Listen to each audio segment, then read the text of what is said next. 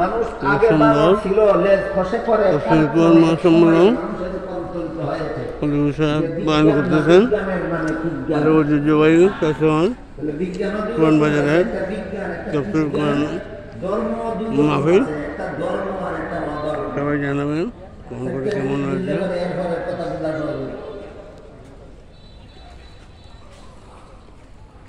ধর্মের নামে প্রচলিত মতবাদ দুই প্রকার, একটা বাস্তব ধর্ম, একটা ধর্মের নামে অধর্ম। বিজ্ঞানের নামে প্রচলিত মতবাদ দুই প্রকার আছে, একটা বাস্তব বিজ্ঞান আর একটা বিজ্ঞানের নামে কুজ্ঞান। বিজ্ঞান যদি বাস্তব হয়, ধর্ম যদি বাস্তব হয়, তাহলে একটা আর একটার সাথে সাংঘর্ষিক হয় না, বরং বিজ্ঞান ধর্মের গোলামি করে। ধর্ম যদি সত্য হয়, বিজ্ঞান যদি বাস্তব হয়, তখন ধর্মে আর বিজ্ঞানে লড়াই হয় না বিজ্ঞানে ধর্মের গোলামি করে? বিজ্ঞানে ধর্মের গোলামি করে। আরো এক দুইটা উদাহরণ দিয়ে বিজ্ঞানে ধর্মের গোলামি করে। আধুনিক বিজ্ঞানীরা বলতেছেন আজকাল যে একটা মানুষ যদি হাত পা ধুইয়া পরিষ্কার হয়ে শান্ত মনে কিছু সময় দাঁড়ায়, এরপরে মাথাটা নুয়াইয়া কিছু সময় রাখে, এরপরে মাথাটা অনেক মানুষ আবার মাথাটা আস্তে জমিনে রেখে এই কয়েক সেকেন্ড বিলম্ব করে, এরপরে মাথাটা আবার উঠায়, আবার যদি মাথাটা আস্তে জমিনে রেখে কিছুক্ষণ অপেক্ষা করে, তারপরে মাথাটা উঠায়, এইভাবে কয়েক মিনিট করলে তার মস্তিষ্কের ব্যায়াম হয়। এটা বিজ্ঞানের কথা। কার কথা? বিজ্ঞানের। ধর্মের কথা কি? ধর্মের কথা হলো ফজরের সময় তুমি 4 রাকাতে 8 বার মাথাটা এইভাবে জমিনে রাখো, শান্ত শিষ্ট হবে। জোহরের সময় আরো কতবার শান্ত শিষ্ট ভাবে মাথাটা জমিনে রাখো। আসরের সময় 16 বার মাথাটা এইভাবে শান্ত শিষ্ট ভাবে জমিনে রাখো।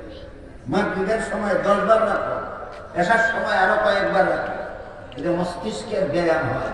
ধর্মে বলে আল্লাহর চিন্তা করো, আর বিজ্ঞানে কয় এই চিন্তা করলে ক্ষতি হবে না মস্তিষ্কের ব্যায়াম হবে। বুঝাতে বলুন, ধর্ম যদি সত্য হয় আর বিজ্ঞান যদি বাস্তব হয়, এই বিজ্ঞানে ধর্মের সাথে সাংঘর্ষিক হয় না ধর্মের গোলামি করে? তাহলে আধুনিক বিজ্ঞান নমাজেরও গোলামি করলো না করলো না? এবার শুনেন বুঝার বিজ্ঞান।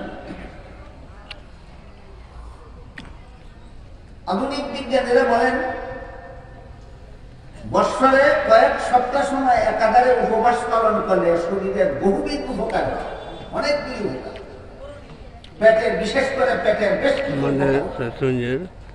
ধর্ম বলে 1 মাস উপবাস পালন করে। বিজ্ঞানের জন্য ক্ষতিকর না, সবাই শুনবেন, লাইক কমেন্ট করে জানাবেন। তাইলে ধর্মটা যেখানে সত্য, বিজ্ঞান যারা আছেন এখানে বিজ্ঞানে ধর্মের সাথে সংঘর্ষ হয় না ধর্মের গোলামি করে?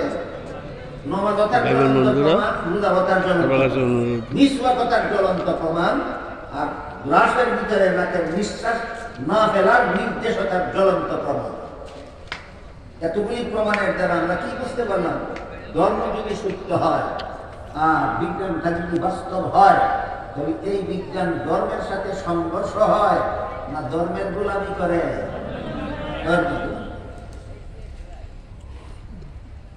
এর বিপরীতে বিজ্ঞান যদি বাস্তব হয় আর ধর্মের নামে যদি অধর্ম হয়, এই বিজ্ঞান ধর্মের সাথে সাংঘর্ষিক হতে বাধ্য, যেমনটা ইউরোপের খ্রিস্টানদের সাথে হয়েছে। কথা বুঝতে পারতেছেন কিনা? ইউরোপের খ্রিস্টানরা ধর্মের নামে কতগুলি গাঁজাখুরি কথা বিশ্বাস করত। আমি গতকাল বলছি, এবার একটা গাঁজাখুরি কথা হইল, পাপিষ্ঠ আদমের বংশে যতগুলি জন্মগ্রহণ করেছে সবগুলি জন্মগত ভ্রষ্ট। কি এদের পাপ? আদমের বংশে জন্ম হওয়াটাই এদের। আপনারা নিজেদের বিবেককে জিজ্ঞেস করে বলেন তো, কেউ কি কারো বলে জন্ম হয় নিজের ইচ্ছায় না আল্লাহর ইচ্ছায়? আল্লাহর ইচ্ছায় যে জন্ম হইল তার জন্য তার পাপ হয় কি বলে? যে তো কোনো সাধারণ বিবেক এটা গ্রহণ করে না। সুতরাং এটা বাস্তব কথা নয়, এটা একটা গাঁজাখুরি কথা। ইউরোপের খ্রিস্টানেরা সত্য ধর্ম পালন করত না ধর্মের নামে কতগুলি গাঁজাখুরি কথা বিশ্বাস করত? যেমন ধর্মের সাথে বাস্তব বিজ্ঞানের সংঘর্ষ হতে বাধ্য। ধর্মের নামে অধর্ম পালন করলে এমন অধর্মের সাথে বাস্তব বিজ্ঞানের সংঘর্ষ হতে বাধ্য। আর বিজ্ঞানের নামে যদি কোনো বিজ্ঞানী তথ্য দেওয়া হয়, যেমন ডারউইনের মতবাদ। ডারউইনের মতবাদ বিজ্ঞান নয়, বিজ্ঞানের নামে বিজ্ঞান। এমন বিজ্ঞানের সাথে সত্য ধর্মের সংঘর্ষ হতে বাধ্য। এমন বিজ্ঞানের সাথে সত্য ধর্মের সংঘর্ষ হতে বাধ্য। কিন্তু ধর্ম যদি সত্য হয় আর বিজ্ঞানটাও যদি বাস্তব হয়, তখন ধর্মে আর বিজ্ঞানের সংঘর্ষ হয় না বিজ্ঞানে ধর্মের গোলামি করে? এবার এতগুলি কথা বোঝার পরে এখন বলে যে খ্রিস্টানেরা ধর্মের নামে কতগুলি অধর্ম কথা বিশ্বাস করে, তাদের ধর্মের সাথে যেই বিজ্ঞানের সংঘর্ষ হয়, ইসলামের সাথে কি সেই বিজ্ঞানের সংঘর্ষ হতে পারে? মোটেও না। কাজেই যে বিজ্ঞানের সংঘর্ষ হয়েছিল ইউরোপের খ্রিস্টানদের ধর্মের নামে অধর্মের সাথে, এই বিজ্ঞান মুসলমানদের দেশে ইসলামের সাথে সংঘর্ষ হওয়ার কল্পনাটাই অবান্তর। যে বিজ্ঞানের অধর্মের সাথে সংঘর্ষ হয়েছে, সেই বিজ্ঞান সত্য ধর্মের সাথে আপোষ হতে বাধ্য। কাজেই যখন এই অধর্মের নামে অধর্মের সাথে আধুনিক বিজ্ঞানের সংঘর্ষ হইল, ইউরোপিয়ান খ্রিস্টানদের সাথে রক্তক্ষয়ী সংঘর্ষ হইল, উভয়